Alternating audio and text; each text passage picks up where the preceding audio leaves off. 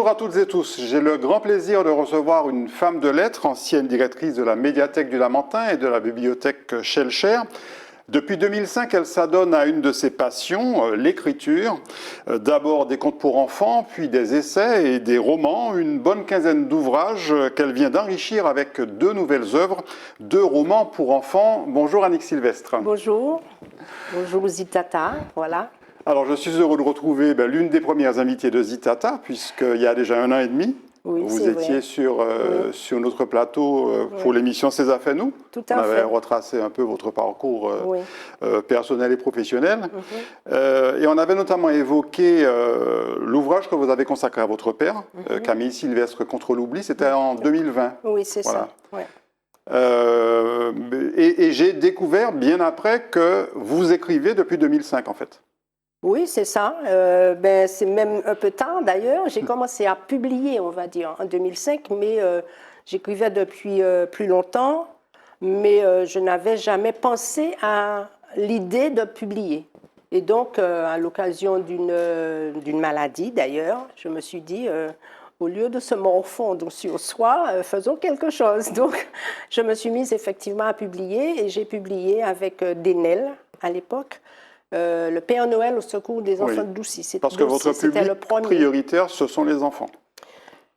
Disons que le public pour lequel j'écris le plus souvent, oui, c'est les enfants. Ouais, voilà. Et le Père Noël au secours des enfants de Doucy, oui. Racontez-nous en quelques mots l'histoire. Les enfants de Doucy, alors pour moi, la Doucy, c'était en référence à Haïti, Papa Doc, Bébé Doc. Et donc, j'ai imaginé cette île qui s'appelle la Doucy, qui est une île où, à cette époque, en tout cas dans l'histoire, le Père Noël reçoit toute une série de lettres d'enfants d'un pays qu'on appelle la Doucy, mais les enfants ne demandent pas de cadeaux comme les enfants du monde d'en bas, on va dire, parce que le Père Noël, il est en haut, donc le monde d'en bas. Et donc, il reçoit ces lettres-là, il est tout embêté parce qu'il ne sait pas quoi faire, il n'a pas ça, rien du tout. Donc, en fait, il est aidé par une petite goutte de pluie, voilà, qui va descendre sur la terre et qui va rassembler tous les enfants de la terre pour aller rassembler des victuailles, des choses qui pourraient plaire ou pourraient améliorer le quotidien des enfants de la Doucy. Voilà. Bon, et en fait, ce qui a un peu d'extraordinaire pour l'époque, c'est que le Père Noël s'était mis en travers du ciel et avait arrêté un avion. Donc, il avait emmené tous les passagers de l'avion en détournement au pays de Doucy. Et voilà, c'était ça. Ça, c'était en 2005, donc aux éditions d'Enel. Oui. Depuis, il y a eu une bonne quinzaine d'œuvres. Vous vous inspirez notamment des traditions antillaises. Il y a eu notamment Trois Pattes, le cheval à 3 pattes. Il y a eu aussi, donc ça c'était en 2007. Et puis, 11 ans plus tard, en 2018, il y a eu une maman masquée Lily, bien soucieuse, de contes pour enfants aux éditions Jazor déjà. Oui. C'est important de puiser dans les traditions pour parler à nos enfants. Alors, pourquoi cet intérêt-là? Disons qu'à la bibliothèque Schellcher en particulier, nous faisions des contes, nous disions les contes traditionnels pour les enfants, c'est-à-dire qu'on paie tigre, qu'on paie lapin, etc., etc. Et je m'étais rendu compte qu'il y avait des enfants qui s'ennuyaient profondément. Donc je me suis dit, il y a un souci. Si nos contes à nous, nos enfants à nous s'ennuient en les écoutant, c'est qu'il y a un problème. Donc je me suis dit, j'avais envie de garder les personnages, mais de les mettre dans des circonstances actuelles pour que des enfants d'aujourd'hui se retrouvent dans des circonstances, dans les histoires qu'on leur raconte, mais avec nos personnages traditionnels. Donc c'était un peu ça, c'était mon souci, voilà, c'était ça. On va reparler des enfants dans un instant, mais vous avez également écrit des romans pour tous les âges, pour plus grands. Il y a eu Eloïa, ou La vie et rien d'autre. Il y a eu Que dansent les femmes châtaignes. Voilà. Là aussi, on sent cette volonté de rendre hommage à la femme potomitan, la société matriarcale. Potomitan. Vous n'aimez pas ce terme? Pas beaucoup. Pas beaucoup. On est quand même une société matriarcale qui s'appuie beaucoup sur la femme pilier. Oui, mais on est toutes potomitans à ce moment-là. Bon, oui, à la femme, parce qu'en fait, dans des considérations particulières, parce qu'en fait, je me rends compte qu'entre les femmes, donc les mamans et les femmes qui sont les filles, les relations ne sont pas toujours, comment dire ça, très conviviales, même à la limite. Pourtant, mère et fille, je pensais que c'était le plus beau couple, le couple je le ne suis plus... pas sûre du tout. Je ne suis pas sûre du tout, du tout. En tout cas, il y a une forme de rivalité entre elles? Ce n'est pas une rivalité, mais c'est, comment dire ça? En tout cas, il y a des difficultés de communication et donc il y a, vu des transmissions de non-dits dans les familles, d'interdits dans les familles, les interdits et les non-dits des familles se transmettent d'une maman à une fille, de la fille à la petite fille, etc., etc. Et les choses demeurent en l'état et les communications demeurent difficiles. Donc moi, ça m'intéresse encore de travailler sur cette thématique-là. Comment est-ce que ce sont ces non-dits qui perdurent dans les familles d'aujourd'hui et qui sont transmis au fur et à mesure du temps et qui génèrent des situations qui ne sont pas très agréables, quoi. Voilà. Ouais. Moi, ça m'intéresse beaucoup. Il y a eu aussi ces deux essais, alors celui sur votre père Camille Sylvestre contre l'oubli en 2020, il y a eu aussi cette biographie hommage à Solange Philippe-Duval. Oui. Vous avez ressenti le besoin de rappeler certains combats?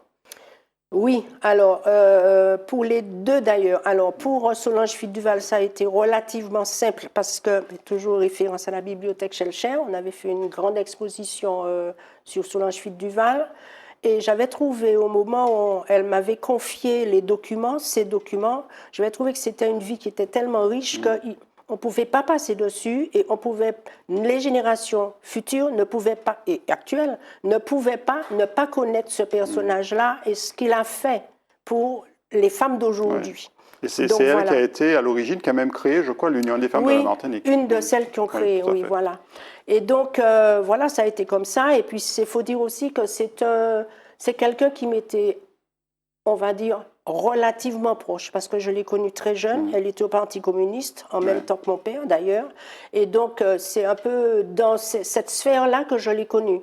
Et au fur et à mesure, donc quand j'ai commencé les entretiens avec elle, elle était déjà très vieillissante et très fragile par rapport à la femme que j'avais connue au début de son, comment on va dire ça, de son... Au moment de son apogée, on va dire, quelque part, au moment Pas où seulement, elle était... mais au moment où elle démarrait, oui, on va dire. Tout à fait. Donc, oui, j'avais trouvé tellement différent que je me suis dit, il faut faire quelque chose. Pour moi, c'était évident. Voilà. Voilà. Alors on en revient aux enfants, puisque vous venez de publier 2 romans aux éditions Jazor, des histoires courtes, une 50aine de pages à chaque fois, et avec un point commun qui est l'esclavage. Oui. Alors, pourquoi l'esclavage? C'est vrai que ce n'est pas du tout un thème habituel, ni de moi d'ailleurs, ni de nos contemporains, parce que les romans, enfin les publications à destination des jeunes autour de cette thématique-là, ça n'existe pratiquement pas. On va trouver évidemment des publications en direction des adultes. On va trouver de la bande dessinée, il y en a plusieurs d'ailleurs, très intéressantes, c'est vrai, mais du fictionnel, il y en avait pas. Bon, ça c'est une première chose. La deuxième chose était que je tenais à l'époque des ateliers d'écriture au musée de la pagerie. Et c'est là que je me suis rendu compte un jour, mais on est dans un site qui est magnifique, mais où la présence des esclaves est peu visible. Bon, c'est vrai qu'il y a les ruines, mais bon, les ruines ne parlent pas vraiment. Oui. Donc, ça m'a posé. Et un jour, je me suis dit, mais attendez, les esclaves, ils étaient où? On les enterre où? Où est-ce qu'ils sont? Où est-ce qu'ils étaient? Qu'est-ce qu'on en a fait? Et c'est là que je me suis vraiment posé cette question et ça m'est arrivé. Donc je suis allée, comme il y a peu de cimetières d'esclaves ici, je suis allée en Guadeloupe, j'ai visité à plusieurs reprises d'ailleurs, j'ai visité les musées, tout ça, et puis je me suis mise à écrire et je voulais aussi faire allusion aux pratiques archéologiques. Comment on arrive à ces fouilles-là? Et donc, bon, par l'intermédiaire de ces 2 garçons, de ces 2 jeunes garçons. Alors justement, c'est le thème je vais le montrer, c'est le thème de Eya pour nos ancêtres. ou La mémoire retrouvée, voilà, où effectivement vous racontez l'histoire de deux enfants qui sont les fils, ce sont deux garçons, les fils d'un archéologue, voilà. et d'une mère qui, elle, revendique clairement la commémoration de l'esclavage et Voilà. notamment le convoi pour la réparation. Exactement. Et ces deux garçons avaient envie de changer un peu cette habitude de la maman qui était très convoi pour la réparation et de faire un peu à leur sauce, quoi. Donc, finalement, ils ont essayé de contacter, leurs enseignants, les camarades de classe, etc. Et finalement, ça a été tout un collège. Et ça donne une histoire passionnante. Et où on voit effectivement, il y a tout ce travail. Et on voit aussi l'imagination des enfants et tout ce qu'ils peuvent faire en termes de démarche originale pour contribuer, en l'occurrence, à la mémoire de l'esclavage. Voilà, exactement. Et bon, je dois dire aussi que c'est une fiction, si on veut. Bon, mais je dois quand même insister sur le fait que mon éditrice, donc Régine Jazor, avait insisté pour que ça soit validé par des historiens. Donc, pour que la trame historique, les faits historiques, pas la trame, mais les faits historiques, soient respectés. Donc, c'est de la fiction, mais c'est aussi du travail un peu d'histoire. L'histoire est racontée par le plus jeune des deux garçons. En fait, c'est lui qui relate tout ça en décrivant les travaux de son père archéologue, les réflexions de sa maman, et puis tout ce que lui et son frère étaient en train de fomenter pour effectivement rendre hommage en fait aux esclaves. Oui. Et pareil sur l'autre ouvrage, donc je vais le montrer également. Donc c'est Noupé ou la liberté reconquise. Là aussi, c'est Noupé elle-même, qui est une enfant gambienne, originaire de Gambie, qui a été déportée. C'est elle-même qui raconte, en fait, ce qui est un peu un accéléré de l'histoire de l'esclavage. Oui, voilà. En fait, ce que je voulais, c'était montrer, parce que ce qui s'est passé, c'est que j'ai commencé à écrire EIA avant d'écrire celui-là. Oui, et je me suis rendu compte, en fait, que j'étais en train de créer une espèce de trilogie, parce qu'il y en a un autre qui arrive et qui s'appelle Médard et Médéline. C'est bien, vous faites du teasing. Voilà. Et donc, alors donc Noupé, en fait, je voulais montrer un peu toute la trajectoire aux enfants. C'était ça. Elle part de Gambie, effectivement, elle est déportée, elle fait le trajet sur le bateau négrier, et j'avais envie de faire un clin d'œil à Saint-Pierre. Donc elle débarque à Saint-Pierre. Donc elle est vendue à Saint-Pierre. Elle est vendue à Saint-Pierre. Montrer qu'elle était vendue à un couple de colons.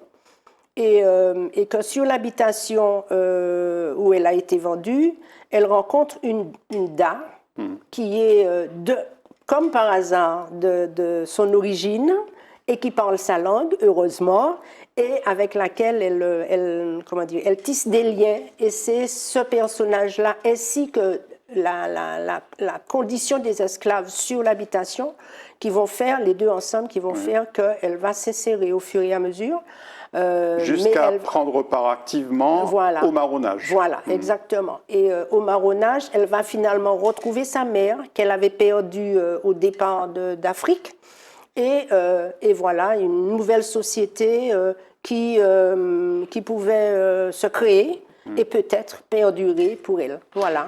Donc je le disais, le style de ces deux romans est simple, direct et très imagé. Et puis vous avez décidé de les faire raconter chaque fois par un enfant ou une enfant, un garçon, une fille. C'est important pour accrocher le jeune public, que ça soit des personnes finalement peut-être de leur âge qui leur racontent cette histoire. Alors, en tout cas dans Noupé, ce n'est pas un hasard. Je l'ai voulu, c'est vrai. Mais alors, Noupé, ça comment dire, ça a un historique, on va dire. Noupé est venu de spectacles que j'ai vus de Marlène Miotil et de Mylène Wagram, qui était tiré, lequel spectacle était tiré de Humus de Fabienne Canor. Oui, voilà. Canor. Et donc, j'ai voulu rendre hommage aussi à Fabienne Canor, parce qu'elle est un peu instigatrice dans l'histoire, et au spectacle que j'avais vu qui était magnifique de ces deux-là. Et le spectacle commence par « Je m'appelle Noupé ». Et donc, j'ai voulu cette répétition de « Je m'appelle Noupé ». Et donc, c'est effectivement cet enfant qui est à l'origine de l'histoire et qui raconte son histoire. Alors, je remontre ces deux... Hop, Voilà, c'est 2 romans pour enfants. Donc, je vais essayer de ne pas me tromper. Hein. Donc, Eya pour nos ancêtres ou la liberté reconquise. Retrouvée. Et puis, la liberté retrouvée, pardon, et Noupé ou la liberté reconquise. Voilà. Voilà, ils sont disponibles bien sûr dans toutes les librairies. Oui, tout à fait. C'est une bonne idée de cadeau pour Noël, hein, histoire d'offrir un cadeau utile aussi. Oui, voilà. J'espère, parce qu'en fait, l'idée aussi, c'est quoi? L'idée, c'est de faire en sorte que les enfants soient concernés par cette thématique-là, mais aussi que les éducateurs le soient. Parce que je pense que c'est difficile à en discuter avec les jeunes, que les jeunes ne connaissent pas forcément. Je prends un exemple tout simple. J'ai une petite fille qui me dit hier, alors je lui parle d'une amie, elle me dit comment elle est. Je lui dis c'est une Indienne. Elle me dit une Indienne, ça n'existe pas. Ah bon? Je lui dis ah bon, comment ça n'existe pas? Mais non, pour elle les Indiens, c'est les Indiens d'Amérique et que c'est des peuples anciens et qui n'existent plus. Donc elle ne voyait pas là. Je me dis mais il y a pas en tout des choses à faire, pas en tout à enseigner, à éduquer les enfants et à transmettre notre histoire aussi à nous. Donc, il y avait ces soucis-là. Donc, voilà, c'est un ensemble de choses.